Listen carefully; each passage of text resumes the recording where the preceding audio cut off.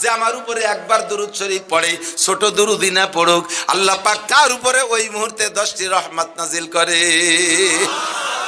আবার আছে কিছু গলাম দ্বারা দুরূদ, তা শুনলি বমি এসে 10টা রহমত তো দূরের কথা, 10টা ফেরেশতা পাঠায় দেবে, দাঁতে তুলে স্যান্ডেল দেবে অনুযায়ী। শয়তান দুরূদ পড়ছে কি কয়, আল্লাহুম্মা সাল্লি আলা মুহাম্মাদ ওয়া আলা আলি সাইয়্যিদিনা মুহাম্মাদ।